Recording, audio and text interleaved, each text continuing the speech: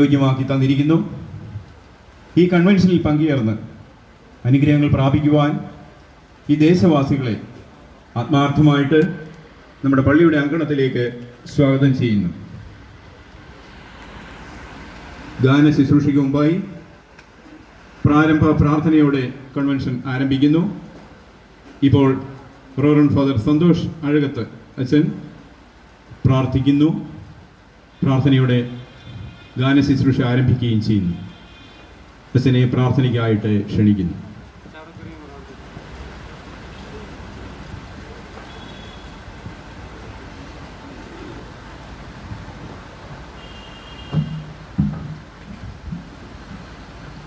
സ്നേഹസമ്പന്നൻ സ്വർഗീയ പിതാവുമായ ഞങ്ങളുടെ കർത്താവെ, അവിടുന്ന് ഈ പ്രദേശത്ത് ഒരു പ്രകാശ ഗോപുരമായി ഈ ദേവാലയത്തെ നിർമ്മിച്ചുകൊണ്ടിരിക്കുകയാണല്ലോ. കർത്താവെ, അവിടുന്ന് വസിക്കുന്ന ഈ സ്ഥലത്ത്, അവിടുത്തെ പ്രത്യേകമായ സാന്നിധ്യമുള്ള ഈ സ്ഥലത്ത് ഞങ്ങൾക്ക് ഒരുമിച്ച് കൂടുവാൻ അവിടുന്ന് ഇട നൽകിയല്ലോ. ദൈവമേ, ഈ ദേവാലയം ഈ നാടിന് മുഴുവൻ ആത്മീയമായ സ്രോതസ്സാക്കി, ആത്മീയമായ തേജസ്സാക്കി മാറ്റണമെന്ന് പ്രാർത്ഥിക്കുന്നു. ഈ ആലയത്തിലേക്ക് കടന്നു വരുന്ന ഓരോരുത്തരെയും അവിടുന്ന് പ്രത്യേകമായി ആശീർവദിക്കുകയും അനുഗ്രഹിക്കുകയും ചെയ്യണമേ. ദൈവമേ, പഴയ നിയമത്തിൽ പുറപ്പാട് പുസ്തകത്തിൽ ഞങ്ങൾ പ്രത്യേകമായിട്ട് വായിക്കുന്നുണ്ട്, ദാവീദിനെ അവിടുന്ന് തിരഞ്ഞെടുത്തു. ദേവാലയ നിർമ്മിതിക്ക് ആവശ്യമായ സാധന സാമഗ്രികൾ ഒരുക്കി വെക്കുവാനായിട്ടാണ് ദാവീദിനെ അവിടുന്ന് പ്രത്യേകമായിട്ട് തിരഞ്ഞെടുത്തത്. എന്നാൽ ശലോമോന്റെ നേതൃത്വത്തിലാണ് ദേവാലയം നിർമ്മിക്കുവാൻ അവിടുന്ന് ഇടയാക്കിയത്. നല്ലവനായ കർത്താവെ, ഈ ദേവാലയം നിർമ്മിക്കുവാനായിട്ട് അവിടുന്ന് പ്രത്യേകമായിട്ട് തിരഞ്ഞെടുത്ത തേക്കടയിലച്ഛനെ തിരുസനെ സമർപ്പിക്കുന്നു. കർത്താവെ, ഇവിടെയുള്ള ദൈവജനത്തെ പ്രത്യേകമായി വഴി നടത്തുവാൻ, ഈ അനുഗ്രഹപ്രദമായ ദേവാലയം നിർമ്മിക്കുവാൻ പ്രിയപ്പെട്ട അച്ഛനെ അവിടുന്ന് അനുവദിച്ചല്ലോ. ഇടവ നിർമ്മാണ കമ്മിറ്റി അവിടുന്ന് പ്രത്യേകമായിട്ട് തിരഞ്ഞെടുത്തു. അവരിൽ ഓരോരുത്തരിലും അവിടുത്തെ ആത്മാവിനെ നൽകി എപ്രകാരമായിരിക്കണം ഈ ദേവാലയ നിർമ്മാണമെന്ന് അവിടുന്ന് തീരുമാനിച്ചു. നല്ലവനായ കർത്താവെ, ഈ ഇടവകയിലെ എല്ലാ പ്രിയപ്പെട്ട മക്കളെയും ഈ നാട്ടിലെ ദൈവജനത്തെയും തിരുസനെ സമർപ്പിക്കുന്നു. കർത്താവെ, ഈ ദിനങ്ങൾ അനുഗ്രഹത്തിൻ്റെ, കൃപയുടെ, വരപ്രസാദത്തിൻ്റെ, സുഹൃതങ്ങളുടെ ദിനമാക്കി മാറ്റണമെന്ന് പ്രാർത്ഥിക്കുന്നു. ഈശോയെ, പ്രത്യേകിച്ച് ഈ ദേവാലയ നിർമ്മാണവുമായി ബന്ധപ്പെട്ട് ഞങ്ങളെയും ഓരോരുത്തരെയും ആത്മീയമായി അവിടുന്ന് നിർമ്മിക്കുകയാണ് എന്ന് തിരിച്ചറിയുന്നു.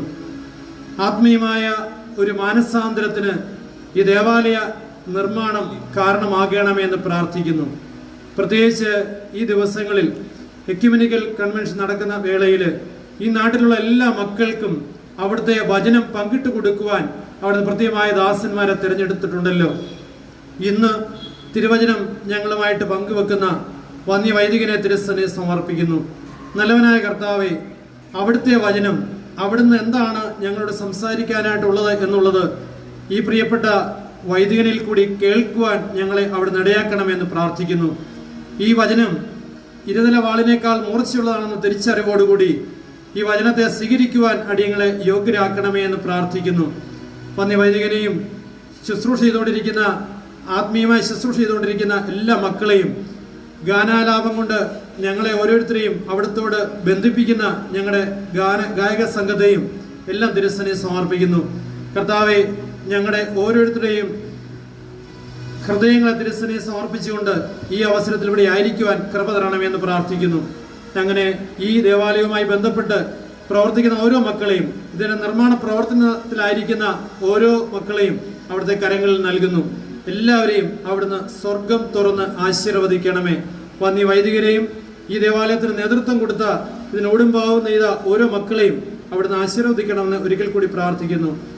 അമ്മേ മാതാവേ, അവിടുത്തെ മാധ്യസ്ഥം ഞങ്ങളോടൊപ്പം ഉണ്ടായിരിക്കണമേ. സകലവും യേശുവിന്റെ നാമത്തിൽ അപേക്ഷിക്കുന്ന പ്രാർത്ഥന കൃപയോടെ കേട്ട് ഉത്തരമരുളണമേ. ആമീൻ.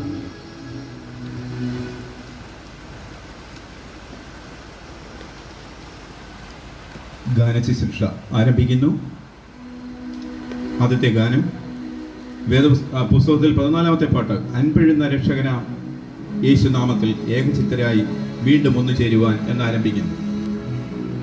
സർവേശ്വര, അങ്ങയുടെ സന്നിധിയിൽ വന്ന ഞങ്ങളുടെ ഹൃദയങ്ങളെ അങ്ങേ പരിശുദ്ധാത്മാവിനാൽ ശുദ്ധീകരിക്കണമേ എന്ന് നമുക്ക് പ്രാർത്ഥിക്കാം. ഒരു മനസ്സോടെ വീണ്ടും ഒന്നു ചേർന്ന് യേശുവിനെ പാടി സ്തുതിക്കുവാൻ കരുണ ചെയ്ത വലിയ കൃപയ്ക്കായി നമ്മൾക്ക് അങ്ങേക്ക് നന്ദി അർപ്പിക്കാം. മർത്യർക്ക് രക്ഷ നൽകുന്ന യേശുവിനെ, സർവ്വലോകർക്കും രക്ഷ നൽകുന്ന യേശുവിനെ നമ്മൾക്ക് പാടി സ്തുതി സ്തോത്രങ്ങൾ അർപ്പിക്കാം. ഞങ്ങൾ കേൾക്കുന്ന വചനങ്ങൾ ഞങ്ങൾക്ക് പൊരുൾ അഴിച്ചു നൽകുവാൻ നീ സഹായിക്കണമേ എന്ന് നമുക്ക് പ്രാർത്ഥിക്കാം. അങ്ങനെ 100 മേനി വിളവുകൾ കൊയ്തെടുക്കുവാൻ പരിശുദ്ധാത്മാവിനാൽ ദൈവമേ നീ ഞങ്ങളെ നിറയ്ക്കണമേ. ഒരുമയോടെ നിന്റെ സ്നേഹത്തിൽ ഒത്തുചേർന്ന് നിന്നെ പാടി സ്തുതിക്കുവാൻ ഞങ്ങളുടെ ഹൃദയങ്ങളെ നീ ശുദ്ധീകരിച്ചാലും. 14-ാമത്തെ പാട്ട് ആരംഭിക്കുന്നു. അൻപിഴുന്ന രക്ഷകനാം യേശു നാമത്തിൽ ഏകചിത്തരായി വീണ്ടും ഒന്നു ചേരുവാൻ.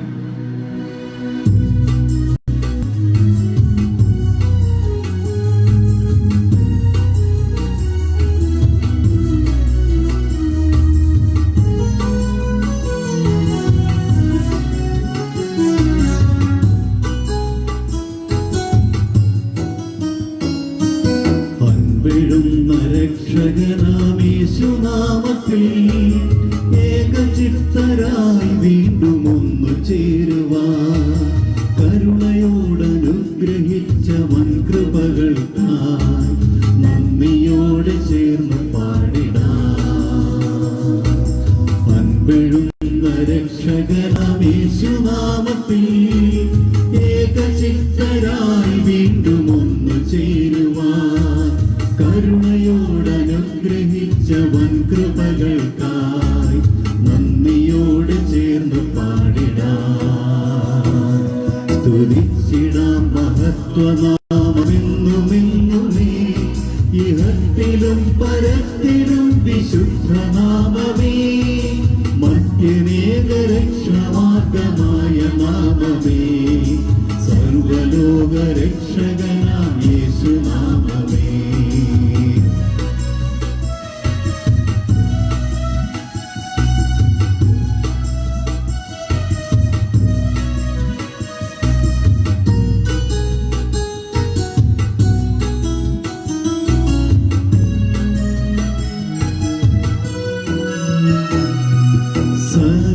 സർവപ്രഭമയാ സർവേശ്വര, നിന്റെ സന്നിധിയിൽ വന്നണഞ്ഞ മക്കളെ. സർവപ്രഭമയാ സർവേശ്വര, നിന്റെ സന്നിധിയിൽ വന്നണഞ്ഞ മക്കളെ. സകലവും വിശുദ്ധമാക്കും ശുദ്ധാത്മാവിനാൽ ശുദ്ധീകരിച്ചരുളുക ഹൃദയങ്ങളെ. സകലവും വിശുദ്ധമാക്കും ശുദ്ധാത്മാവിനാൽ ശുദ്ധീകരിച്ചരുളുക ഹൃദയങ്ങളെ. സ്തുതിച്ചിടാം മഹത്വനാമമെന്നുമെന്നുമേ, ഇഹത്തിലും പരത്തിലും വിശുദ്ധനാമമേ, മധ്യനേക രക്ഷമാർഗമായ നാമമേ, സർവലോക രക്ഷകനാം യേശുനാമമേ.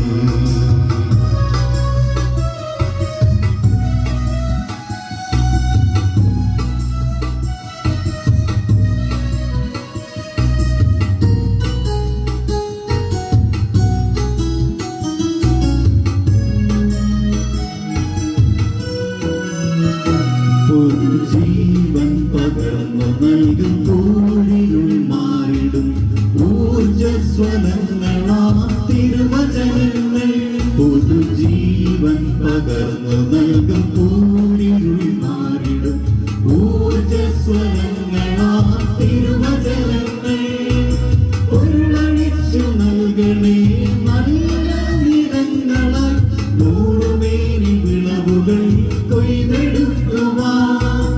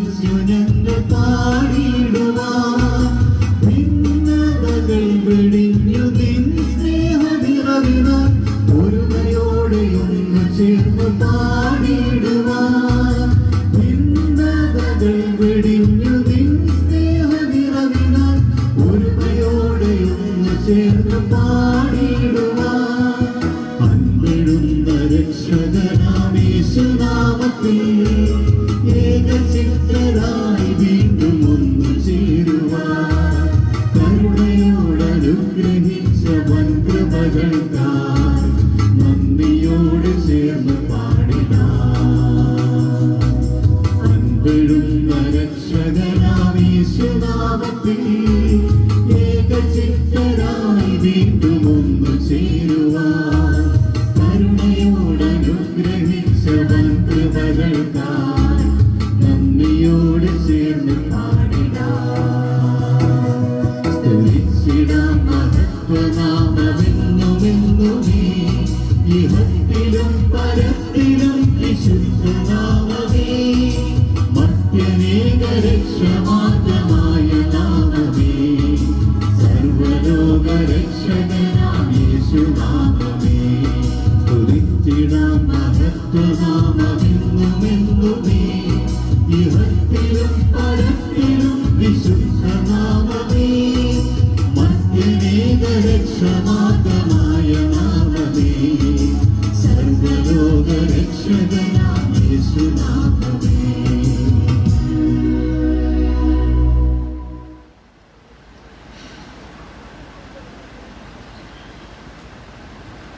കർത്താവിന്റെ സ്നേഹത്തിൽ എന്നും ജീവിക്കുവാൻ ഞങ്ങൾക്ക് കരുണ ഏകണമേ എന്ന് നമുക്ക് പ്രാർത്ഥിക്കാം.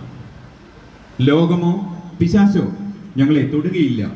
കാരണം ഞങ്ങൾ നിന്റെ ചിറയിൻ മറവിലാണ് ഇന്ന് ജീവിക്കുന്നത്. കർത്താവേ, ഞങ്ങളുടെ വിശ്വാസം വർദ്ധിപ്പിച്ചു തരണമേ എന്ന് നമുക്ക് പ്രാർത്ഥിക്കാം. ലോകത്തിൽ അതിശ്രേഷ്ഠന്മാരായ പലരും മാറിപ്പോയപ്പോൾ നിന്റെ കരുണയൊന്നു മാത്രമാണ് ഞങ്ങളെ നിലനിർത്തിയിരിക്കുന്നത്.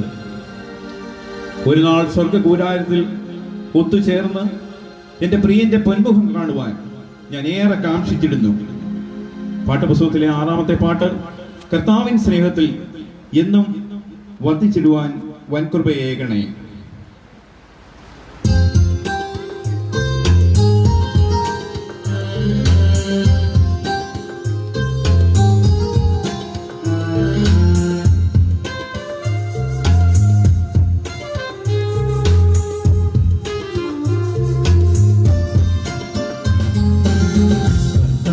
സ്നേഹത്തിൽ എന്നും വസിച്ചിടാൻ വൻകൃപയേകിടണേ. ഭിന്നത വിദ്വേഷം ഇല്ലാതെ ജീവിപ്പാൻ നൈവരം നൽകിടണേ. കർത്താവിൻ സ്നേഹത്തിൽ എന്നും വസിച്ചിടാൻ വൻകൃപയേകിടണേ. വിദ്വേഷം ഇല്ലാതെ ജീവിപ്പാൻ നൽവരം നൽകിടണേ. ലോകം പാപം പിശാചെന്നെ തൊടുകയില്ല. ദുഷ്ടഘോര ശത്രു എന്നെ കാണുകയില്ല. ലോകം പാപം പിശാചെന്നെ തൊടുകയില്ല. ദുഷ്ടഘോര ശത്രു എന്നെ കാണുകയില്ല. അങ്ങേ ചിറകിൻ മറവിലാണു ഞാൻ. എന്റെ വിശ്വാസം വർദ്ധിപ്പിക്കണേ. അങ്ങേ ചിറകിൻ മറവിലാണു ഞാൻ. എന്റെ വിശ്വാസം വർദ്ധിപ്പിക്കണേ.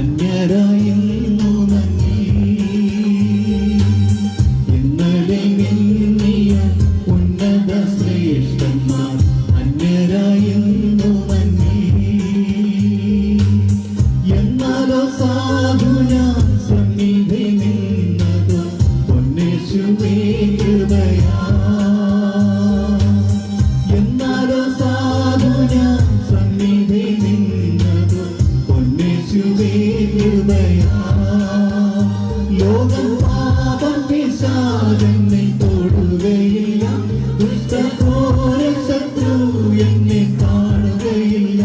ലോകം പാപം പിശാചെന്നെ തൊടുകയില്ല. ദുഷ്ടഘോര ശത്രു എന്നെ കാണുകയില്ല. അങ്ങേ ചിറകിൻ മറവിലാണ് ഞാൻ.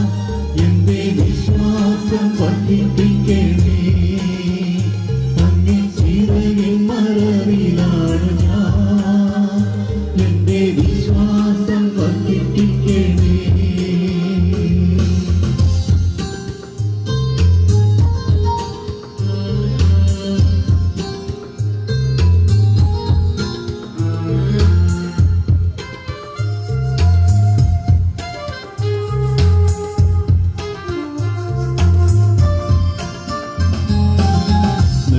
നിർത്തിയതാണെന്നെ നിന്നതല്ല ഞാൻ എത്ര സ്തുതിച്ചിടണം. നിർത്തിയതാണെന്നെ നിന്നതല്ല ഞാൻ എത്ര സ്തുതിച്ചിടണം. നിന്ന പരിഹാസം ഏറെ സഹിച്ചു ഞാൻ എത്ര നാൾ കാത്തിടണം. നിന്ന പരിഹാസം ഏറെ സഹിച്ചു ഞാൻ എത്ര നാൾ കാത്തിടണം. ലോകപാപം പിശാചെന്നെ തൊടുകയില്ല. ദുഷ്ടഘോര ശത്രു എന്നെ കാണുകയില്ല. ലോകപാപം പിശാചെന്നെ തൊടുകയില്ല. ദുഷ്ടഘോര ശത്രു എന്നെ കാണുകയില്ല. അങ്ങേ ചിറകിൻ മറവിലാണ് ഞാൻ. എന്റെ വിശ്വാസം വർദ്ധിപ്പിക്കണേ. അങ്ങേ ചിറകിൻ മറവിലാണ് ഞാൻ. എന്റെ വിശ്വാസം വർദ്ധിപ്പിക്കണേ.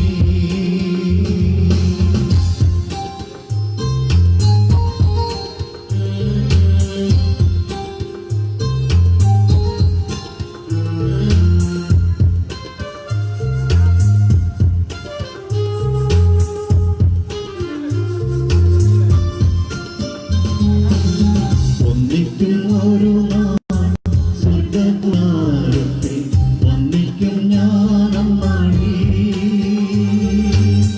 ഒന്നിക്കും ഒരു നാൾ സ്വർഗ്ഗകൂടാരത്തിൽ വന്നിക്കും ഞാൻ അമ്മാണി. എന്നിനി പ്രിയന്റെ പൊന്മുഖം കാണും ഞാൻ എന്നാശയേറിടുന്നേ.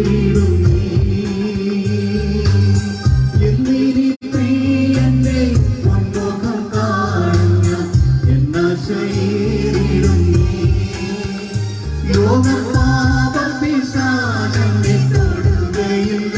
ദുഷ്ടഘോര ശത്രു എന്നെ കാണുകയില്ല. ലോകപാപം പിശാചെന്നെ തൊടുകയില്ല.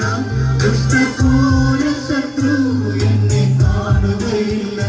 അങ്ങേ ചിറകിൻ മറവിലാണ് ഞാൻ. എന്റെ വിശ്വാസം വർദ്ധിപ്പിക്കണേ. അങ്ങേ ചിറകിൻ മറവിലാണ് ഞാൻ. എന്റെ വിശ്വാസം വർദ്ധിപ്പിക്കണേ.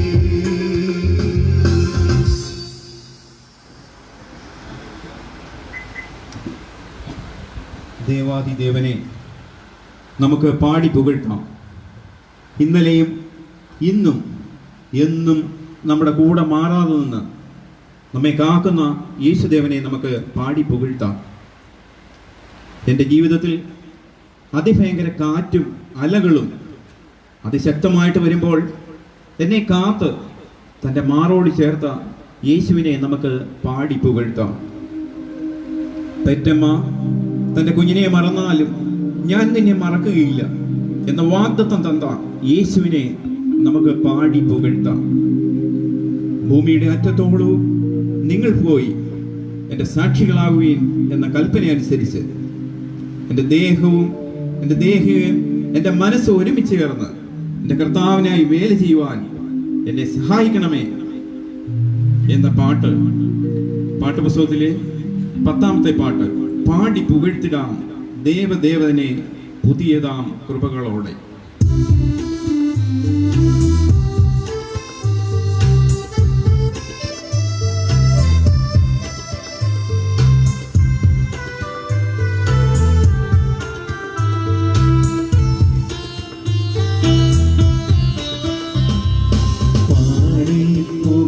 പുകഴ്ത്തിടാം ദേവദേവനെ പുതിയതാം കൃപകളോടെ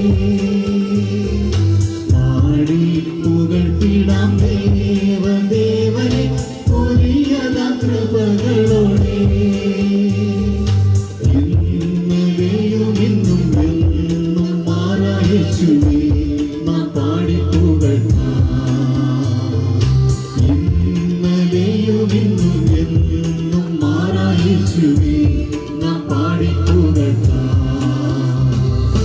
യേശുവെന്ന നാമമേ എന്നാത്മാവിൻ ഗീതമേ യേശുവെന്ന നാമമേ എന്നാത്മാവിൻ ഗീതമേ എൻ പ്രിയ യേശുവേ ഞാനെന്നും വാഴ്ത്തി പുകഴ്ത്തിയിടുമേ എൻ പ്രിയ യേശുവേ ഞാനെന്നും വാഴ്ത്തി പുകഴ്ത്തിയിടുമേ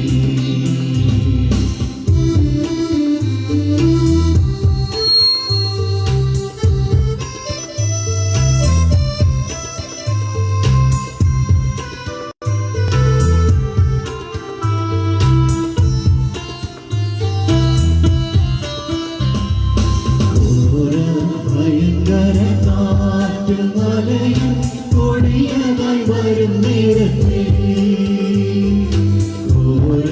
ഭയങ്കര കാറ്റും മലയും കൊടിയതായി വരും നേരത്തെ കാത്തും കരങ്ങള ചേർത്തു മാർവണച്ച സ്നേഹം നിത്യം പാടും കാത്തും കരങ്ങള ചേർത്തു മാർവണച്ച സ്നേഹം നിത്യം പാടും യേശുവെന്ന നാമമേ എന്നാത്മാവിൻ ഗീതമേ യേശുവെന്ന നാമമേ എന്നാത്മാവിൻ ഗീതമേ എൻ പ്രിയ യേശുവേ ഞാനെന്നും വാഴ്ത്തി പുകഴ്ത്തിയിടുമേ എൻ പ്രിയ യേശുവേ ഞാനെന്നും വാഴ്ത്തി പുകഴ്ത്തിയിടുമേ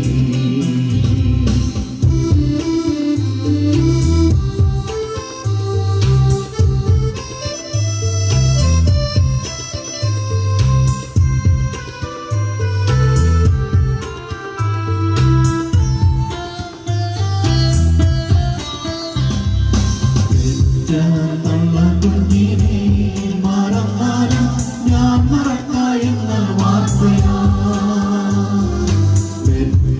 തള്ള കുഞ്ഞിനെ മറന്നാലും ഞാൻ മറക്കായെന്ന വാർത്തയാ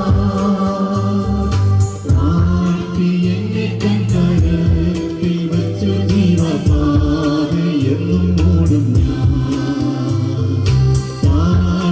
എന്നെ കരത്തിൽ വച്ചു ജീവപാതയെന്നും മൂടും ഞാൻ യേശുവെന്ന നാമമേ എന്നാത്മാവിൻ ഗീതമേ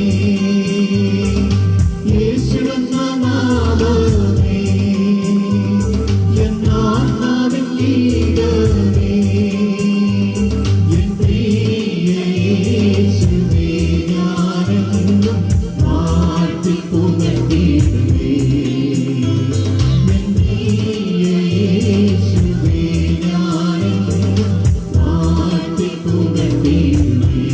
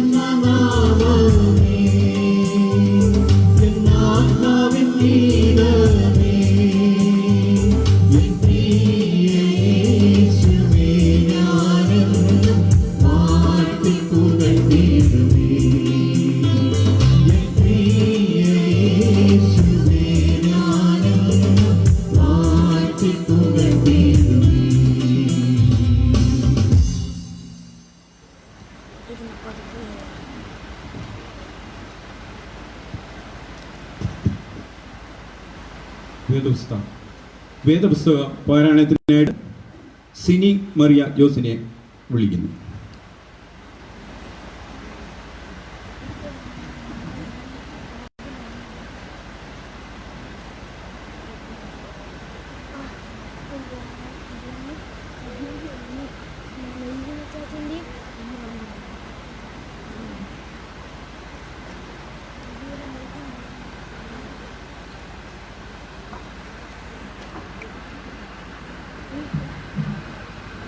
വിശുദ്ധ യോഹന്നാൻ എഴുതിയ സുവിശേഷം 17-ാം അധ്യായം 16 മുതൽ 23 വരെയുള്ള വാക്യങ്ങൾ.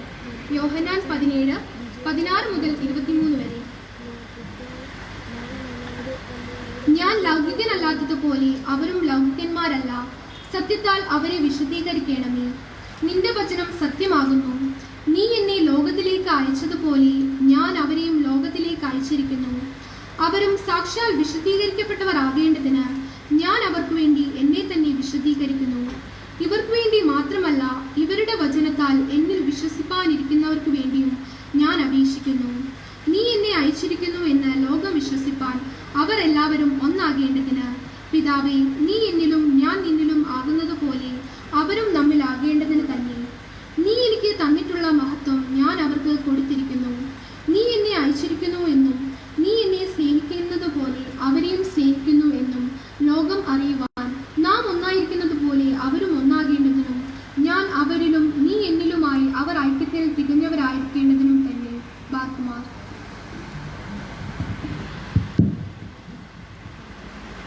ഈ എക്യുമെനിക്കൽ കൺവെൻഷൻ്റെ 2ാം ദിവസത്തിലേക്ക് നമ്മൾ എത്തിച്ചേർന്നിരിക്കുന്നു. കാലാവസ്ഥ ദൈവം നമുക്ക് അനുകൂലമാക്കി തന്നിരിക്കുന്നു. ഈ അവസരത്തിൽ വന്നു ചേർന്നിരിക്കുന്ന എല്ലാവർക്കും സ്വാഗതം ആശംസിക്കുന്നത് തടിയൂർ സെൻറ്റ് ആൻ്റണീസ് പള്ളി വികാരി റവറൻഡ് ഫാദർ തോമസ് പാറത്തോട്ടാല അച്ഛനാണ്. സ്വാഗതം ആശംസിക്കുന്നതിന് വേണ്ടി ബഹുമാനപ്പെട്ട അച്ഛനെ വളരെ ആദരപൂർവ്വം ക്ഷണിക്കുന്നു.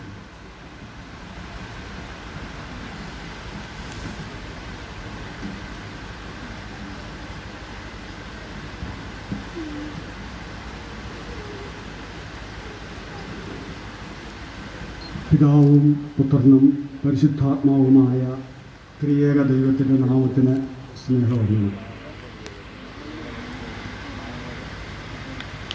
എല്ലാവർക്കും പ്രശാന്തമായ ഒരു സായങ്കാലം ആശംസിക്കുകയാണ്.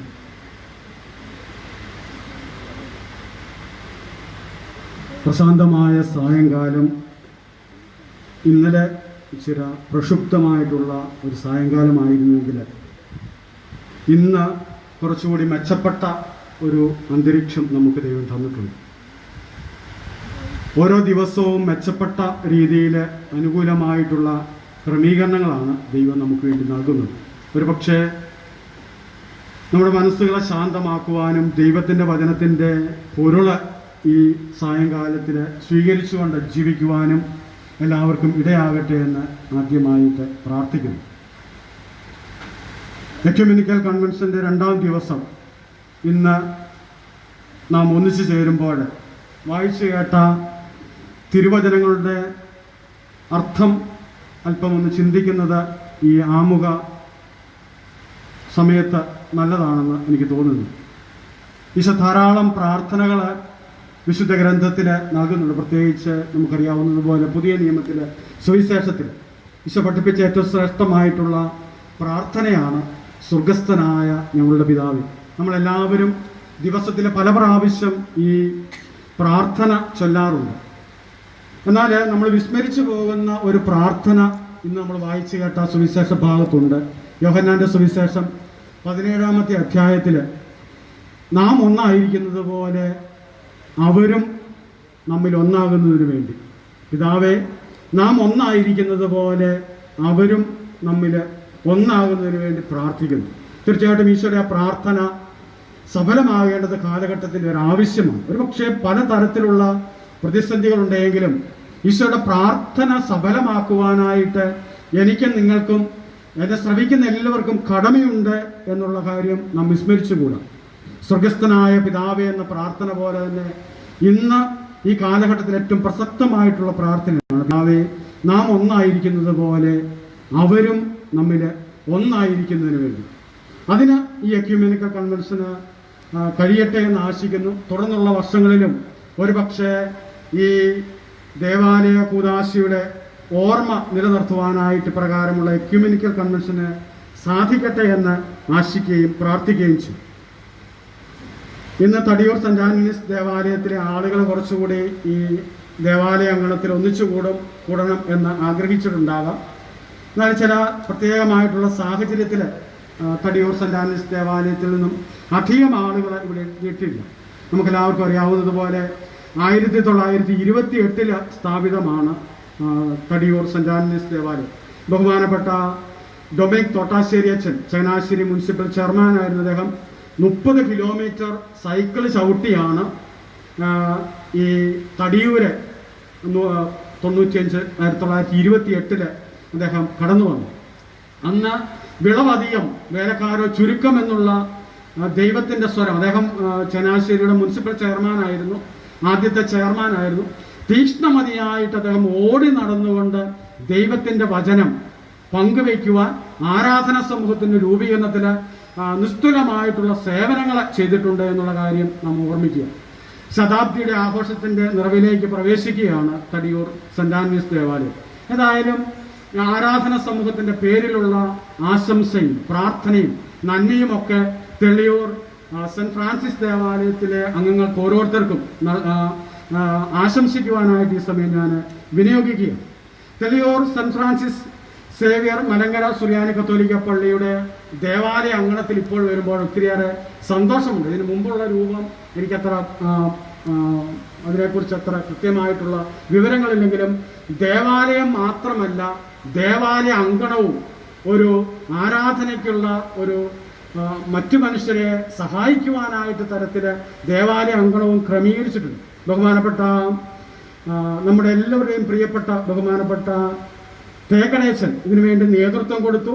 ആളുകളെല്ലാം ഒന്നിപ്പിച്ച് വളരെ മനോഹരമായിട്ടുള്ള ദേവാലയവും ദേവാലയ സമുച്ചയവും ആരാധനിക്കാനായിട്ട് ആളുകളെ സഹായിക്കത്തക്ക രീതിയിൽ അദ്ദേഹത്തിൻ്റെ പൗരോഹിത്യ സ്വീകരണത്തിൻ്റെ രജത ജൂബിലി ആഘോഷങ്ങളുടെ കാലഘട്ടത്തിലാണ് അച്ഛന് ഏറ്റവും സ്നേഹത്തോടുകൂടി പൗരോഹിത്യ സ്വീകരണത്തിൻ്റെ രജത ജൂബിലിയുടെ മംഗളങ്ങൾ ഹൃദയപൂർവ്വം ആശംസിക്കുവാനായിട്ട് ഞാൻ ഈ സമയം വിനിയോഗിക്കുകയാണ്. അതോടൊപ്പം തന്നെ അച്ഛനോട് ചേർന്ന് ഇടവക സമൂഹം ഏക മനസ്സോടുകൂടിയാണ് ദേവാലയം ഉണ്ടാക്കിയത്. കല്ലുകൾ കൊണ്ട് ദേവാലയം ഉണ്ടാക്കുക എളുപ്പമാണ്, എന്നാൽ മനസ്സും ഹൃദയം. ഞാനും ഒരു കൊച്ചു ദേവാലയം പരഹാരത്ത് നിർമ്മിക്കുന്നുണ്ട്. അന്ന് അഭിമന്യ പെരുന്തോട്ട പിതാവ് എന്നെ ഇടയ്ക്കിടയ്ക്ക് ഓർമ്മിപ്പിക്കാറുണ്ട്, കല്ലും മണ്ണും കൊണ്ടല്ല ദേവാലയം ഉണ്ടാക്കുന്നത്, നീട്ടപ്പെട്ട അല്ലെങ്കിൽ കൂപ്പിയ കരങ്ങൾ കൊണ്ടാണ് ഈ ദേവാലയം നിർമ്മിതി എന്നത്. അതിന് സഹായിച്ചിട്ടുള്ള നിങ്ങളെ ഓരോരുത്തരെയും തടിയൂർ സെന്റ് ആന്റണീസ് ഇടവയുടെ പേരിൽ ആത്മാർത്ഥമായിട്ട് അനുമോദിക്കുന്നു. ദേവാലയ നിർമ്മാണവും അതിന്റെ കൂദാശയും മാത്രമല്ല, ഇനി തുടർന്നുള്ള നാളുകളിലെ ആത്മാവിലും സത്യത്തിലും സത്യദൈവത്തെ ആരാധിക്കുവാനായിട്ട് ഇവിടെ ഒന്നിച്ചു കൂടുന്ന ആളുകൾക്ക് ദൈവാനുഗ്രഹങ്ങൾ ഉണ്ടാകട്ടെ. ആ സാഹോദര്യം അനുദിനം വളരട്ടെ. ഈ ദേശം മുഴുവനും സത്യദൈവത്തെ ആരാധിക്കുന്ന ദൈവത്തിന്റെ അനുഗ്രഹങ്ങൾ കൊണ്ട് നിറയട്ടെ എന്ന് ആശിക്കുകയും പ്രാർത്ഥിക്കുകയും ചെയ്യാം. എൻ്റെ കർത്തവ്യത്തിലേക്ക് ഞാൻ കടക്കുകയാണ്. ഇന്ന് ഈ എക്യുമെനിക്കൽ കൺവെൻഷന്റെ ആശംസകൾ, അതിന് സന്ദേശം നൽകുവാനായിട്ട് ചങ്ങനാശ്ശേരി അതിരൂപതയുടെ മെത്രാൻ അഭിമന്യ തറയിൽ പിതാവ് ഇവിടെ എത്തിയിരിക്കുകയാണ്. ഞങ്ങൾ ഒന്നിച്ചു പഠിച്ചവരാണ്. അഭിമന്യ പിതാവ് ഞങ്ങൾ ബർവാർ സെമിനാരിയിൽ ഒന്നിച്ചുണ്ടായിരുന്നതാണ്. ഇന്ന് അഭിമന്യ പിതാവ് ഈ സമൂഹത്തിലെ ചുരുങ്ങിയ കാലം കൊണ്ട് സമൂഹത്തിൽ സവിശേഷമായിട്ടുള്ള ശ്രദ്ധ പിടിച്ചു പറ്റിയ ഒരു മെത്രാനാണെന്ന് പറയുന്നതിൽ അതിശയോക്തിയില്ല. ചുരുങ്ങിയ കാലം കൊണ്ട് അദ്ദേഹം വളരെ സമൂഹത്തിൻ്റെ ശ്രദ്ധ അവരുടെ ആവശ്യങ്ങളിൽ, പ്രത്യേകിച്ച് മനഃശാസ്ത്രത്തിലാണ് അദ്ദേഹം ഉപരിപഠനം നേടിയത്. അതുകൊണ്ട് മനുഷ്യരുടെ പ്രയാസങ്ങളും ആകുലതകളും അവരുടെ വ്യഗ്രതകളും അവരുടെ ആവശ്യങ്ങളും ഒക്കെ കണ്ടെത്തുവാനായിട്ട് അഭിമന്യ പിതാവിന് സവിശേഷമായിട്ടുള്ള ഒരു കഴിവ് മറ്റു മെത്രാന്മാരെക്കാൾ കൂടുതലായിട്ട് മനഃശാസ്ത്രം ആഴമായിട്ട് പഠിച്ചതുകൊണ്ട് ഈശോയും അങ്ങനെയൊക്കെ തന്നെയാണ് തൻ്റെ ജീവിതത്തിൽ അവരുടെ മനസ്സ് പഠിച്ചുകൊണ്ട് അവർക്ക് വേണ്ടി ആവശ്യമുള്ളത്. അതുകൊണ്ട് അഭിമന്യ പിതാവ് ഇവിടെ തടിയൂർ പള്ളിയിലെ ഇടയ്ക്കൊക്കെ വരാറുണ്ട്, ഈ നാട്ടിലൊക്കെ ഇടയ്ക്ക് വരാറുണ്ട്. എന്നാലും ഈ പ്രത്യേകിച്ച് ഈ എക്യുമെനിക്കൽ കൺവെൻഷനിലേക്ക് ഇവിടെ കൂടിയിരിക്കുന്ന എല്ലാവരുടെയും പേരിൽ ഏറ്റവും ഹൃദ്യമായിട്ടുള്ള സ്വാഗതം ആശംസിക്കുന്നു. ഇന്ന് നമുക്ക് സവിശേഷമായിട്ടുള്ള വചന സന്ദേശം നൽകുന്നത് ബഹുമാനപ്പെട്ട ഡോക്ടർ റെജി മാത്യു അച്ഛനാണ്. അച്ഛനെക്കുറിച്ച് ഇന്നിപ്പോഴാണ് ഞാൻ അച്ഛനെ പരിചയപ്പെടുന്നത്. അച്ഛൻ പഠനം നടത്തിയിരിക്കുന്നത് സുവിശേഷങ്ങളിലെ ഈശോയെക്കുറിച്ചാണ്, അല്ലെങ്കിൽ സുവിശേഷം പുതിയ നിയമം വ്യാഖ്യാനിക്കുവാനായിട്ടാണ്.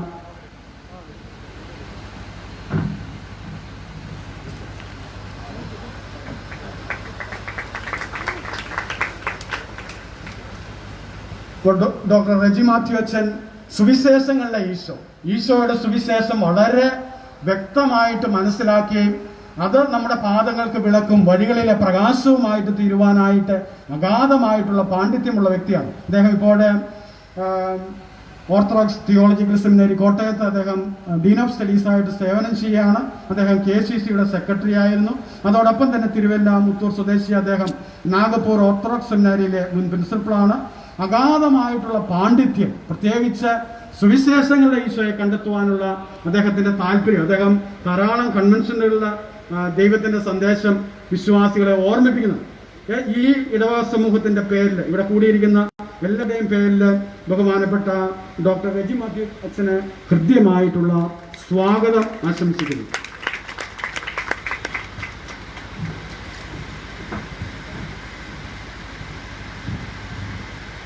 ബഹുമാനപ്പെട്ട താഴമണ്ണച്ചനെ സ്വാഗതം ചെയ്യുക എനിക്ക്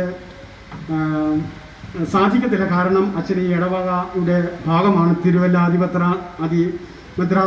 ഭദ്രാസന അവിടുത്തെ വികാരികളായിട്ട് സേവനം ചെയ്യുകയാണ്. ചെറിയാൻ താഴമണ്ണച്ചന് അച്ഛൻ ഈ സായങ്കാലത്ത് നമ്മുടെ കൂടെ ആയിരിക്കുവാൻ, ഈ വേദിയിലെത്തി നമുക്ക് അനുഗ്രഹങ്ങൾ നൽകുവാൻ ഇവിടെ വന്നിട്ടിരിക്കുന്ന താഴമണ്ണച്ചന് വളരെ ശ്രദ്ധയോടുകൂടി ഈ കാലഘട്ടത്തിലെ തിരുവല്ലയിലെ ശുശ്രൂഷ ഭദ്രാസനത്തിന്റെ കാര്യങ്ങളെല്ലാം വളരെ ഭംഗിയായിട്ട് നിർവഹിക്കുന്നത് കാണുവാനായിട്ട് ഇടയായിട്ടുണ്ട്.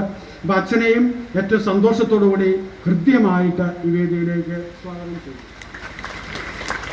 എല്ലാറ്റിലും ഉപരിയായി നിങ്ങളെ ഓരോരുത്തരെയും ഈ സായങ്കാലത്ത് ദൈവത്തിന്റെ വചനങ്ങൾ കേൾക്കുവാൻ, അതനുസരിച്ച് ജീവിക്കുവാനായിട്ടുള്ള ഒരു സമർപ്പണത്തിന് ഇടയാകട്ടെ എന്ന് ആശിക്കുന്നു. ഇവിടെ കൂടിയിരിക്കുന്ന ബഹുമാനപ്പെട്ട വൈദികർക്കും അതുപോലെ തന്നെ ഇവിടെ കൂടിയിരിക്കുന്ന ആത്മായ സഹോദരങ്ങൾക്ക് ഓരോരുത്തർക്കും ഏറ്റവും സന്തോഷത്തോടുകൂടി സ്നേഹത്തോടുകൂടി സ്വാഗതം ആശംസിച്ചുകൊണ്ട് എൻ്റെ വാക്കുകൾ നിൽക്കുന്നു. പിതാവും പുത്രനും പരിശുദ്ധാത്മാവുമായ ത്രിയേക ദൈവത്തിൻ്റെ തിരുനാമത്തിന് സ്തുതി ഉണ്ടായിരിക്കട്ടെ. ദൈവം നമ്മെ അനുഗ്രഹിക്കട്ടെ. അനുഗ്രഹ സന്ദേശം നൽകുന്നതിനായി ചങ്ങനാശ്ശേരി അതിരൂപത സഹായമെത്രാൻ right reverend doctor Mar Thomas Tharayil പിതാവിനെ വളരെ ആദരപൂർവ്വം ക്ഷണിക്കുന്നു.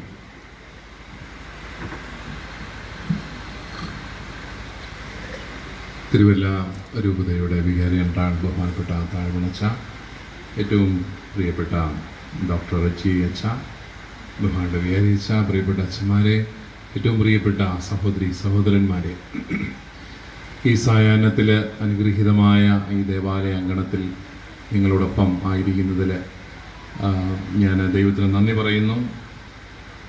ഞാൻ 6 മണി മുതൽ 6:45 വരെ നിങ്ങളോട് വചനം പറയാം.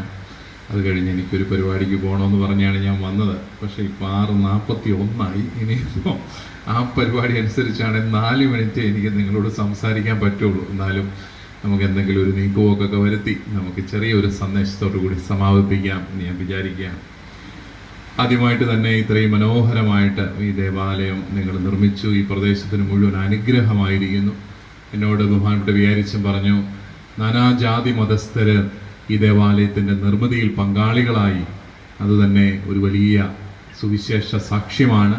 എല്ലാവരെയും ദൈവം സമൃദ്ധമായി അനുഗ്രഹിക്കട്ടെ എന്ന് പ്രത്യേകമായിട്ട് ഞാൻ പ്രാർത്ഥിക്കുകയാണ്. ഞാൻ നിങ്ങളുമായിട്ട് ഇന്ന് പങ്കുവയ്ക്കാൻ ആഗ്രഹിക്കുന്ന വചനം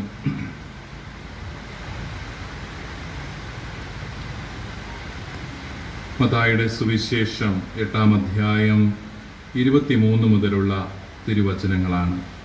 ഈശോ തോണിയിൽ കയറിയപ്പോൾ ശിഷ്യന്മാർ അവനെ അനുഗമിച്ചു. കടലിൽ ഉഗ്രമായ കൊടുങ്കാറ്റുണ്ടായി. തോണി മുങ്ങത്തക്ക വിധം തിരമാലകൾ ഉയർന്നു. അവൻ ഉറങ്ങുകയായിരുന്നു. ശിഷ്യന്മാർ അടുത്തിയെന്ന് അവനെ ഉണർത്തി അപേക്ഷിച്ചു, കർത്താവേ, രക്ഷിക്കണമേ, ഞങ്ങളിതാ നശിക്കുന്നു. അവൻ പറഞ്ഞു, അല്പവിശ്വാസികളെ, നിങ്ങൾ എന്തിനു ഭയപ്പെടുന്നു? അവൻ എഴുന്നേറ്റ് കാറ്റിനെയും കടലിനെയും ശാസിച്ചു. വലിയ ശാന്തതയുണ്ടായി. അവർ ആശ്ചര്യപ്പെട്ടു പറഞ്ഞു, ഇവനാര്, കാറ്റും കടലും പോലും ഇവനെ അനുസരിക്കുന്നല്ലോ. നമ്മുടെ കർത്താവായ മിശിഹായ്ക്ക് സ്തുതി. ഈശോ കടലിനെ, കാറ്റിനെ ശാന്തമാക്കുന്ന വചനഭാഗം നമുക്കെല്ലാവർക്കും വിസ്മയം ഉണ്ടാക്കുന്ന ഒന്നാണ്. കാരണം കടലിനക്കരയ്ക്ക് പോകുമ്പോൾ തോണിയിൽ ശിഷ്യന്മാർ കുറേ പേരുണ്ട്. അവരെല്ലാം കൂട്ടി കർത്താവ് പോവുകയാണ്. കർത്താവ് എന്ത് ചെയ്യുകയാണ്? കർത്താവ് തോണിയുടെ അമരത്ത് തലയണ വെച്ച് കിടന്ന് ഉറങ്ങുകയാണ്. അമരത്ത് തലയണ വെച്ച് കിടന്ന് ഉറങ്ങുകയാണ് കർത്താവ്. അമരത്ത് പ്രധാനപ്പെട്ട തുഴക്കാനിരുന്ന് തുഴയേണ്ട സ്ഥലമാണ്. അവിടെ കർത്താവ് ഇരുന്ന് ഉറക്കമാണ്. അപ്പോഴാണ് കൊടുങ്കാറ്റുണ്ടാകുന്നു, വലിയ കടൽക്ഷോഭമുണ്ടാകുന്നു. ഈശോ അപ്പോഴും ഉറങ്ങുകയാണ്. പത്രോസും കൂട്ടരും കൂടെ വിളിച്ച് എഴുന്നേപ്പി, കർത്താവെ ഞങ്ങൾ നശിക്കാൻ പോകുന്നു, നീ ഇങ്ങനെ കിടന്ന് ഉറങ്ങിയ എങ്ങനെ ശരിയാന്ന്, എഴുന്നേക്ക്. കർത്താവ് എഴുന്നേറ്റിട്ട് ഒരു വാക്കുകൊണ്ട് എല്ലാത്തിനെയും ശാന്തമാക്കി. എന്നിട്ട് ചോദിച്ചു, അല്പവിശ്വാസികളെ, നിങ്ങൾ ഇതിനു വേണ്ടിയിട്ടായിരുന്നോ ഇത്രയും കിടന്ന് ബഹളം ഉണ്ടാക്കിയത്? യഥാർത്ഥത്തിൽ നമുക്ക് എല്ലാവർക്കും ഒരു ഉൾക്കാഴ്ചയാണത്. നമ്മൾ പല കാര്യങ്ങളെക്കുറിച്ചും ഒത്തിരി വ്യഗ്രചിത്തരാണ്. എന്തെല്ലാം ഇന്ന് മുതൽ പരീക്ഷകൾ തുടങ്ങിയിട്ടുണ്ട് അല്ലേ? 10ാം ക്ലാസ്സുകാരുടെയും 12ാം ക്ലാസ്സിൻ്റെയും പരീക്ഷ തുടങ്ങിയിട്ടുണ്ട്.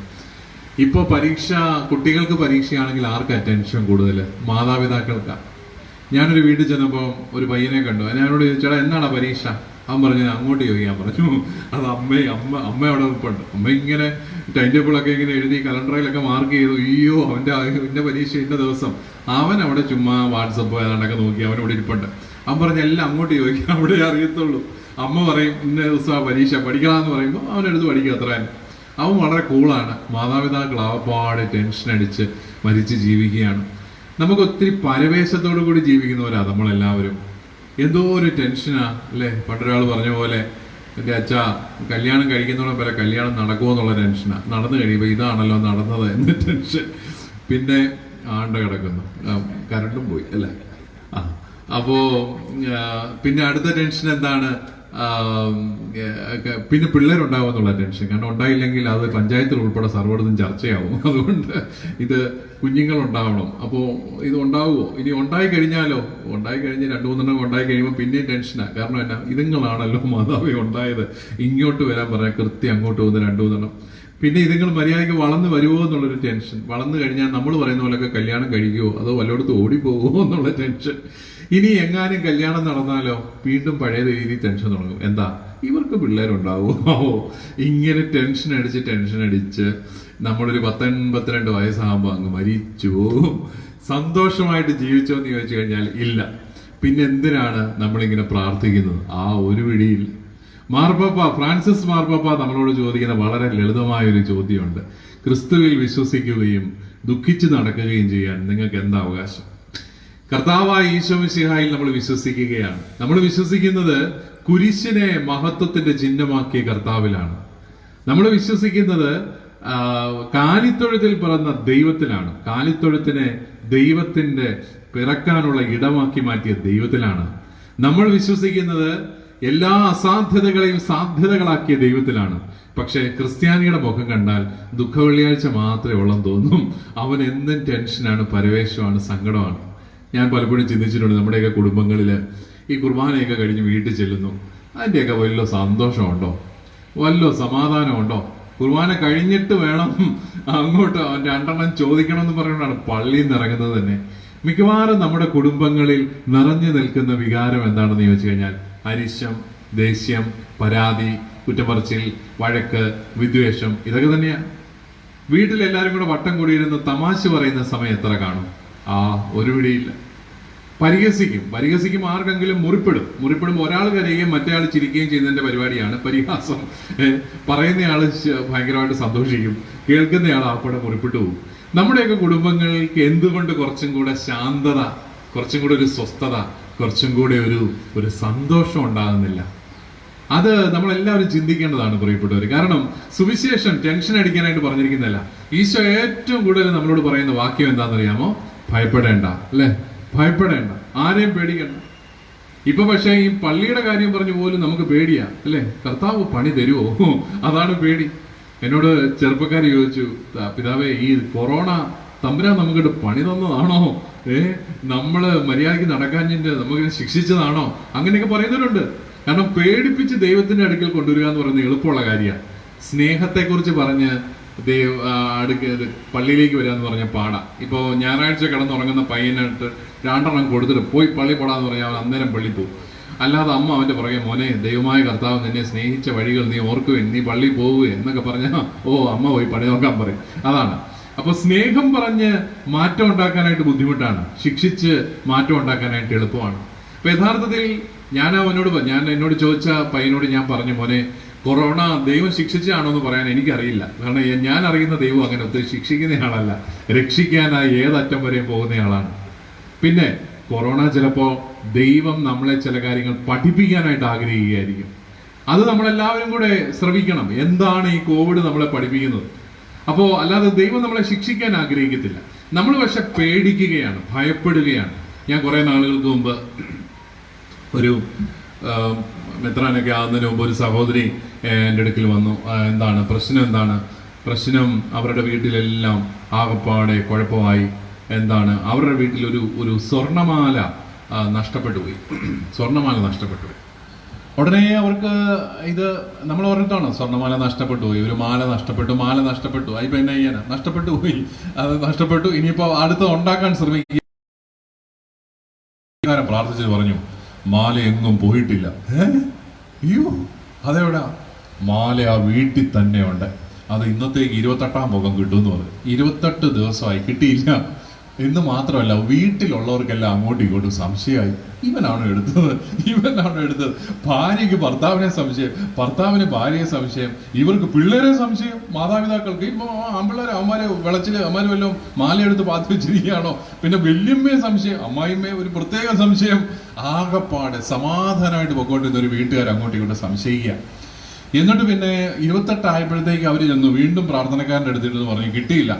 അത് കിട്ടും, അതെവിടെയുണ്ട്? അത് അവിടെ തന്നെയുണ്ട്, അത് ആ പരിസരം വിട്ടു പോയിട്ടില്ല. തമ്പുരാനെ, അവർക്ക് അയലോക്കത്തുകാരെ സംശയമായി, എല്ലാവരും അങ്ങോട്ടും ഇങ്ങോട്ടും സംശയമായി, വഴക്ക്, അയലോക്കത്തുകാർ തമ്മിൽ വക്കാണ്. ഇതെല്ലാം കൂടെ കഴിയുമ്പോൾ വിയാരിയച്ഛൻ ഇടപെട്ടു. വിയാരിച്ചനാണ് ഇവരോടെല്ലാം ഭയങ്കര കലിപ്പും ദേഷ്യവും ഇങ്ങനെയൊക്കെയാണ് ഇതുകൾ ചെയ്യുന്നത്. അച്ഛൻ പറഞ്ഞ പോലെ കൗൺസിലിങ്ങിന് കൂടാതെ എൻ്റെ അടുത്ത് പറഞ്ഞു കേട്ടാ. സത്യം പറയാൻ നമുക്ക് ഇപ്പോഴും ഇങ്ങനെയുള്ള കാര്യങ്ങളൊക്കെ വരുമ്പം നമ്മള് ദൈവത്തിൽ വിശ്വസിക്കാനായിട്ടോ ശാന്തതയിലേക്ക് വരാനായിട്ടോ ഒന്നും നമ്മൾ ശ്രമിക്കുന്നില്ല എന്നുള്ളതാണ് വാസ്തവം. നമ്മളിങ്ങനെ അതിന്റെ കാരണങ്ങൾ അന്വേഷിച്ചു പോവുക, ദൈവം ശിക്ഷിക്കുന്നതാണോ അന്വേഷിച്ചു പോവുക. അങ്ങനെ പോയി നമ്മൾ വീണ്ടും അസ്വസ്ഥതകളിലേക്ക് പോവുകയാണ്. കുറെ നാളുകൾക്ക് മുമ്പ് 2 ചേട്ടന്മാരെന്നെ കാണാമെന്ന് ഞാൻ ഇപ്പോഴും ഓർക്കുന്നു. എന്താണത്? എൻ്റെ അച്ഛ, ഞങ്ങളുടെ വീട്ടിൽ 4 പേര് അടുപ്പിച്ച് മരിച്ചു. അതുകൊണ്ട് ഇപ്പൊ എന്നാ? മരിച്ചവർക്ക് വേണ്ടി പ്രാർത്ഥിക്കണം അതല്ലേ? അല്ല, വീട്ടിൽ എന്തോ തടസ്സങ്ങളുണ്ടെന്നാണ് പറയുന്നത്. അപ്പൊ ഇവരെങ്ങാണ്ട് പ്രാർത്ഥനക്കാരുടെ അടുത്തോ ദർശനക്കാരുടെ അടുത്തോ ഒക്കെ പോയപ്പോ പറഞ്ഞു, നിങ്ങളുടെ 3 തലമുറകൾക്ക് മുമ്പ് വീട്ടിൽ ആരോ എന്തോ ഒരു ദുർമരണം സംഭവിച്ചിരിക്കുന്നു, അതിന്റെ ആത്മാവ് ഇങ്ങനെ പറന്നു കിടക്കുക. എനിക്കിത് കേട്ടിട്ട് ഭയങ്കര ദേഷ്യം വന്നു. ഞാൻ ഈ ബൈബിൾ എടുത്ത് കാണിച്ചിട്ട് ചോദിച്ചു, ചേട്ടാ ഈ ബൈബിളിൽ എവിടെ മരിച്ചവരുടെ ആത്മാക്കൾ കറങ്ങി നടക്കുന്നതായിട്ട് പറയുന്നത്? അവരെല്ലാം കർത്താവിന്റെ കൂടെ വിശ്രമത്തിലാണെന്നല്ലേ നമ്മൾ പഠിക്കുന്നത്. നമ്മൾ വെറുതെ ഇതിനെപ്പറ്റി എന്നാലും അത് പേടിയാണ്. ഇനിയും എന്താണെന്ന് ചോദിച്ചു കഴിഞ്ഞാൽ 3 പേരും, ഞാൻ പ്രായമൊക്കെ ചോദിച്ചു മരിച്ചവരുടെ, 3 പേരെയും മരിച്ചത് 80 വയസ്സിന് മുകളിലാണ്. പക്ഷേ 4-മത്തെ ആള് 40-നും 50-നും ഇടയ്ക്കാ. ഈ വന്നിരിക്കുന്ന 2 പാർട്ടികള് 50-നും 80-നും ഇടയ്ക്കുള്ള 2 ആശാന്മാരാണ് വന്നിരിക്കുന്നത്. ഇവർക്ക് പേടിയായി, ഇനി ഞങ്ങളാണോ അടുത്തത്? പരിഹാരക്രിയകൾ അങ്ങോട്ട് ചെയ്തേക്കാം. പ്രിയപ്പെട്ടവരെ, ഇതൊന്നും ക്രൈസ്തവ വിശ്വാസമല്ല. ഞാൻ അവരോട് ആപത്ത് പറഞ്ഞു കൊടുത്തു. സുവിശേഷത്തിൽ പറയുന്ന പ്രകാരം ഇങ്ങനെയൊന്നും സംഭവിക്കുകയില്ല. ദൈവം വിളിച്ചു, ദൈവം തന്നു, ദൈവം എടുത്തു, ദൈവത്തിന്റെ നാമം മഹത്വപ്പെടട്ടെ എന്നങ്ങ് വിചാരിച്ച് സമാധാനമായിട്ടിരുന്ന ഉള്ളവർക്ക് ടെൻഷൻ ഇല്ലാതെ ജീവിക്കരുതോ? ഇവരിപ്പോ കുടുംബത്തിന് മുഴുവൻ ടെൻഷനാ. എന്നാ? വീട്ടിലെന്തോ കുഴപ്പം സംഭവിച്ചിരിക്കുന്നു. നമ്മൾ എന്തിനാണ് ഇങ്ങനെ പ്രശ്നങ്ങളുടെ പിന്നാലെ പോകുന്നത്? നമ്മളെ രക്ഷിക്കാനായിട്ട് കാത്തിരിക്കുന്ന ഒരു ദൈവം, എല്ലാ കൊടുങ്കാറ്റിനെയും ശാന്തമാക്കാനായിട്ട് കഴിവുള്ള ഒരു ദൈവം നമ്മുടെ കൂടെ ഉണ്ടെങ്കിലും ആ ദൈവത്തിലല്ല പ്രിയപ്പെട്ടവരെ നമ്മൾ വിശ്വസിക്കുന്നത്. നമ്മൾ കൂടുതലും വിശ്വസിക്കുന്നത് ശിക്ഷിക്കുന്ന ദൈവത്തിലാണ്. ശിക്ഷിക്കുന്ന ദൈവത്തിലും നമുക്കിട്ട് പണി തരാൻ കാത്തിരിക്കുന്ന ദൈവത്തിലും ഒക്കെയാണ് എന്തുകൊണ്ടോ നമ്മുടെ വിശ്വാസം. ചിലർക്ക് കൂടോത്രത്തിലാകട്ടോ, വിശ്വാസം. ആരോ കൂടോത്രം വെച്ചിരിക്കുന്നു പറമ്പിൽ കൊണ്ടുപോയി. അതെന്താണ് കൂടോത്രം? കൂടോത്രം എന്ന് പറഞ്ഞാൽ കുപ്പിച്ചില്ലൻ തലമുടി. എൻ്റെ പൊന്നു സഹോദരങ്ങളെ, നിങ്ങൾ ഏത് പറമ്പിൽ കുഴിച്ചാലും കുപ്പിച്ചില്ലും തലമുടിയും കിട്ടും. കാരണം എന്നാ, ഇത് രണ്ടും അഴുകാത്ത സാധനങ്ങളാണ്. അത് ആ പറമ്പിൽ തന്നെ കാണും, അത് എവിടെയെങ്കിലുമൊക്കെ കാണും. എന്നിട്ട് അവൻ അവിടെ കുഴിച്ചിട്ടെന്ന് പറഞ്ഞുകൊണ്ട് ഇപ്പൊ എന്താ, കുഴിച്ചിട്ടു, അതുകൊണ്ട് നമുക്ക് ഭയങ്കര അബദ്ധം വരും. പരിശുദ്ധ കുർബാന ഓരോ ദിവസവും സ്വീകരിക്കുന്ന നമ്മളെ തൊടാൻ ഏത് കുപ്പിച്ചില്ലിനും ഏത് തലമുടിക്കോ പറ്റുന്നത്, ഏത് ദുർദേവതയ്ക്കാണ് പറ്റുന്നത്? നമുക്ക് വിശ്വാസം പോരാ. നമ്മൾ ഉള്ള കാര്യത്തിലേക്ക് വരുമ്പോൾ നമുക്ക് ഭയങ്കരമായ ആശങ്കകളാണ്, പരവേശങ്ങളാണ്. നമ്മൾ എങ്ങനെയാണ് ദൈവത്തെ പ്രീതിപ്പെടുത്തേണ്ടത്, എന്ത് ചെയ്താണ് പ്രീതിപ്പെടുത്തേണ്ടതെന്നെല്ലാം ചിന്തിച്ച് പരവേശം പിടിച്ച് ജീവിക്കുകയാണ്. പക്ഷെ കർത്താവ്, നിങ്ങളുടെ തോണിയിൽ കർത്താവ് കിടന്ന് ഉറങ്ങുന്നുണ്ട് കേട്ടോ. അവനെ കണ്ടെത്തണം.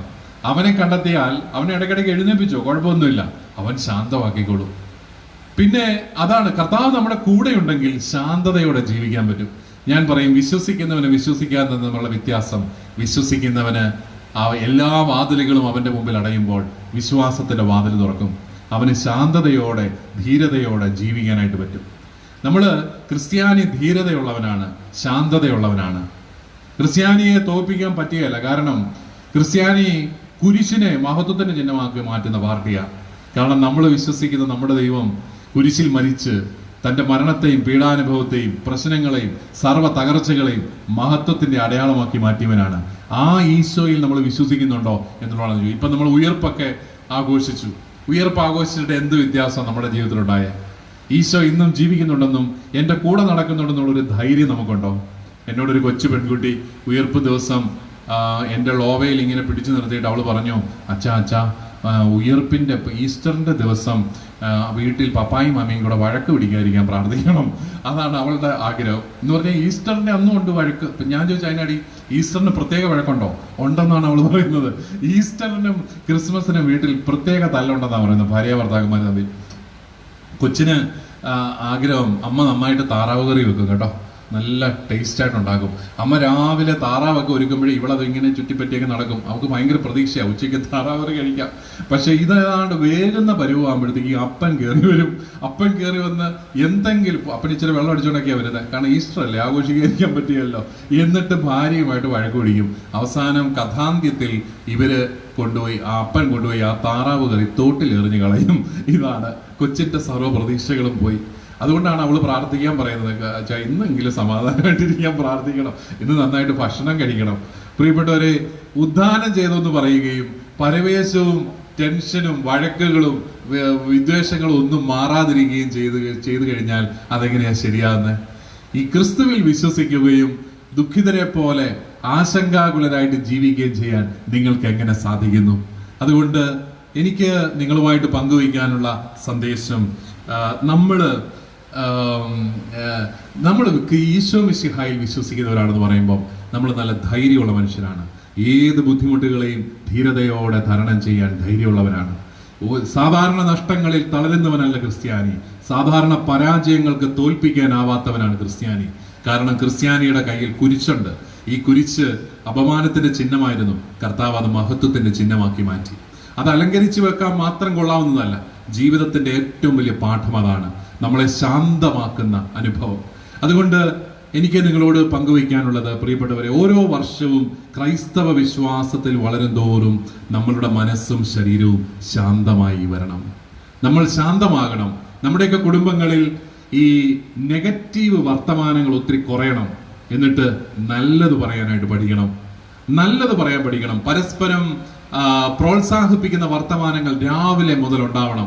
നീ ഇപ്പോഴാണോ എഴുന്നേറ്റത് എന്നല്ല, നീ ഇപ്പോഴേലും എഴുന്നേറ്റല്ലോ എന്ന് തിരിച്ചു ചോദിക്കണം. ഇപ്പോഴെങ്കിലും നീ എഴുന്നേറ്റല്ലോ. കൊച്ച കഷ്ടപ്പെട്ട് 5:30 ആയപ്പോ എഴുന്നേറ്റ് വന്നപ്പോ അമ്മ വഴക്കാ, നീ എന്താ 4 മണിക്ക് എഴുന്നേക്കാത്തത് എന്നാണ്. ആ കൊച്ചു 5:30-ക്കെങ്കിലും എഴുന്നേറ്റില്ല. അവക്കൊരു കാപ്പിയൊക്കെ കൊടുത്ത് സന്തോഷമായിട്ട് ഒരു ഉമ്മയൊക്കെ കൊടുത്താൽ ചിലപ്പോൾ കൊച്ചു പോയി 2 വാക്ക് പഠിച്ചെന്നിരിക്കും. 4 മണിക്ക് എഴുന്നേറ്റ് തൂങ്ങിയിരിക്കുന്നതിനേക്കാളും നല്ലതല്ലേ 5:30-ക്ക് എഴുന്നേറ്റ് പഠിക്കുന്നത്? നമുക്ക് ഒന്ന് തിരിച്ച് ചിന്തിക്കാനും തിരിച്ച് സംസാരിക്കാനും പറ്റണം. കർത്താവ് യേശു മിശിഹാ യൂദാസിനെ പോലും കൂടെ കൊണ്ടുവരുന്നതാ 3 വർഷം പിന്നെയും വരുവാണെങ്കിൽ പിന്നെയും കൂട്ടിയെടുത്തേനെ. പത്രോസിനെ സഹിച്ചവനാണ് കർത്താവ്. തോമായ്ക്ക് എന്നും സംശയമായിരുന്നു, കൂടെ കൊണ്ടു നടന്നില്ലേ? അപ്പോ തമ്പുരാൻ അവരെ എല്ലാം കൂടെ കൊണ്ടുപോയി. എന്ന് പറഞ്ഞതുപോലെ പ്രിയപ്പെട്ടവരെ, നമുക്ക് കുറച്ചും കൂടെ പോസിറ്റീവായിട്ട് വർത്തമാനം പറയണം. പരസ്പരം പ്രോത്സാഹിപ്പിക്കുന്ന, പരസ്പരം അംഗീകരിക്കുന്ന സംസാരങ്ങൾ തന്നെ വേണം. നമ്മൾ ഈ കുറ്റം പറച്ചിലും പരാതി പറച്ചിലും ഒക്കെ നിർത്തണം.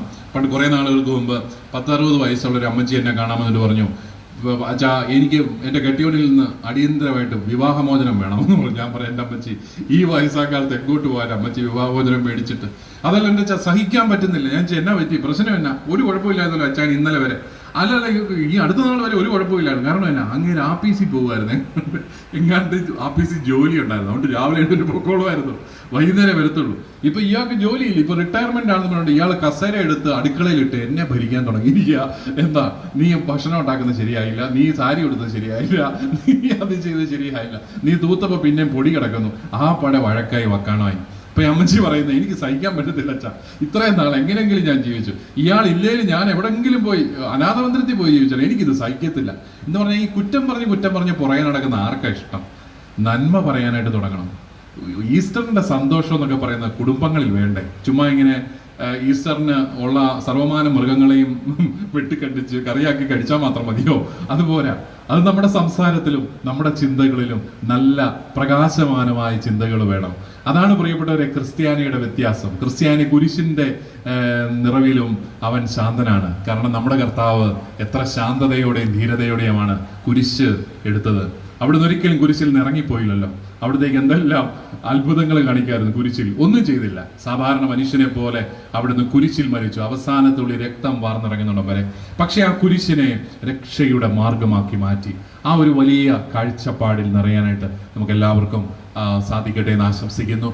പരിമിതമായ സമയമാണെങ്കിലും നിങ്ങൾക്ക് ഈ ഒരു സന്ദേശം നൽകാൻ സാധിക്കുന്നതിൽ എനിക്ക് ഒത്തിരി സന്തോഷമുണ്ട്. എന്നെ ക്ഷണിച്ചതിന് എല്ലാവർക്കും പ്രത്യേകമായിട്ട് നന്ദി പറയുന്നു. നിങ്ങൾക്ക് എല്ലാവർക്കും വേണ്ടി പ്രാർത്ഥിക്കുന്നു.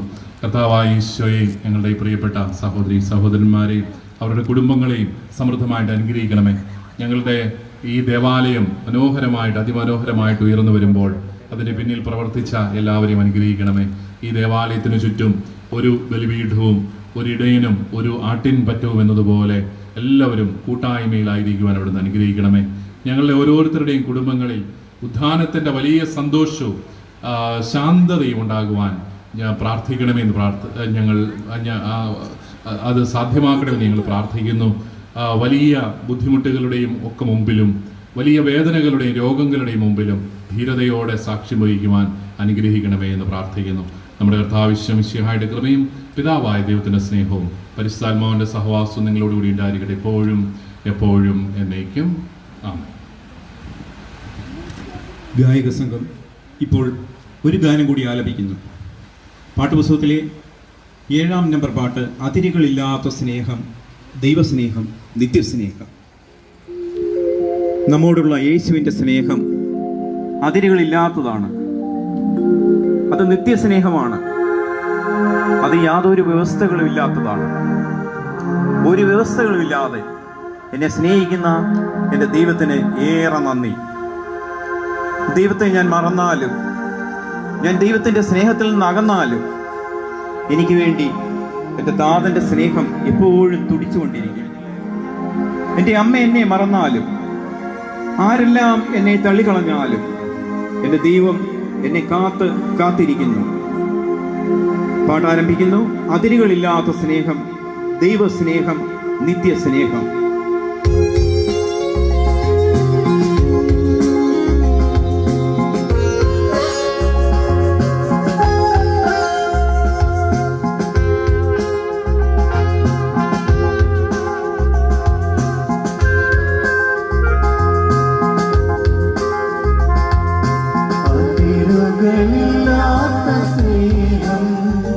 ദൈവസ്നേഹം, നിത്യസ്നേഹം.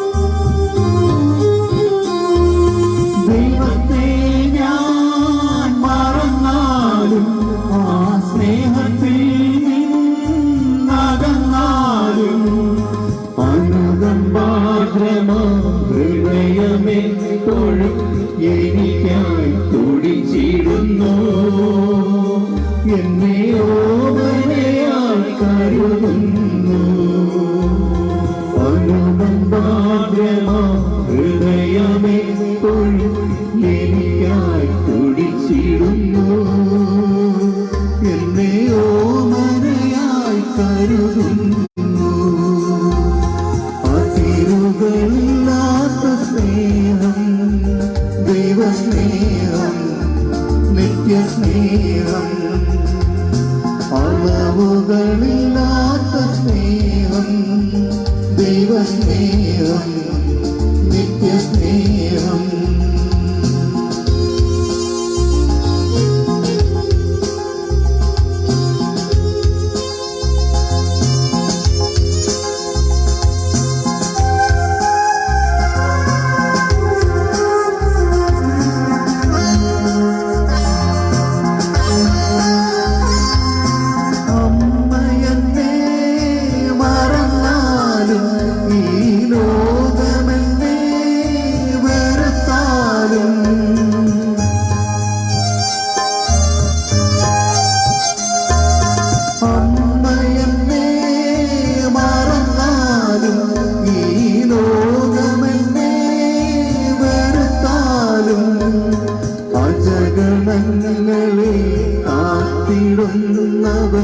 എനിക്കായി തിരഞ്ഞിടുന്നു.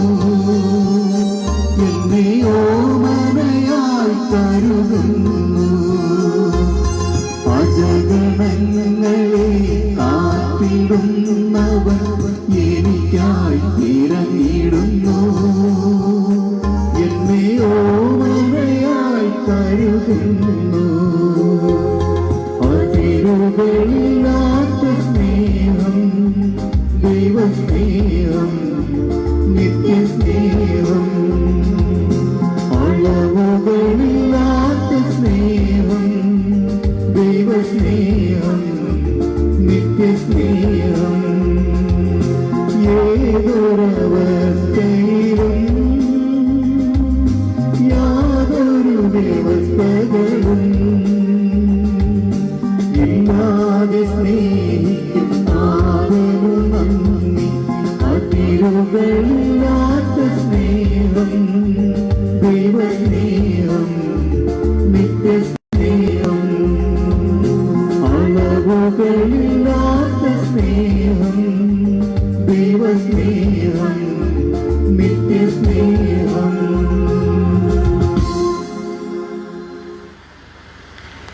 തിരുവചന സന്ദേശം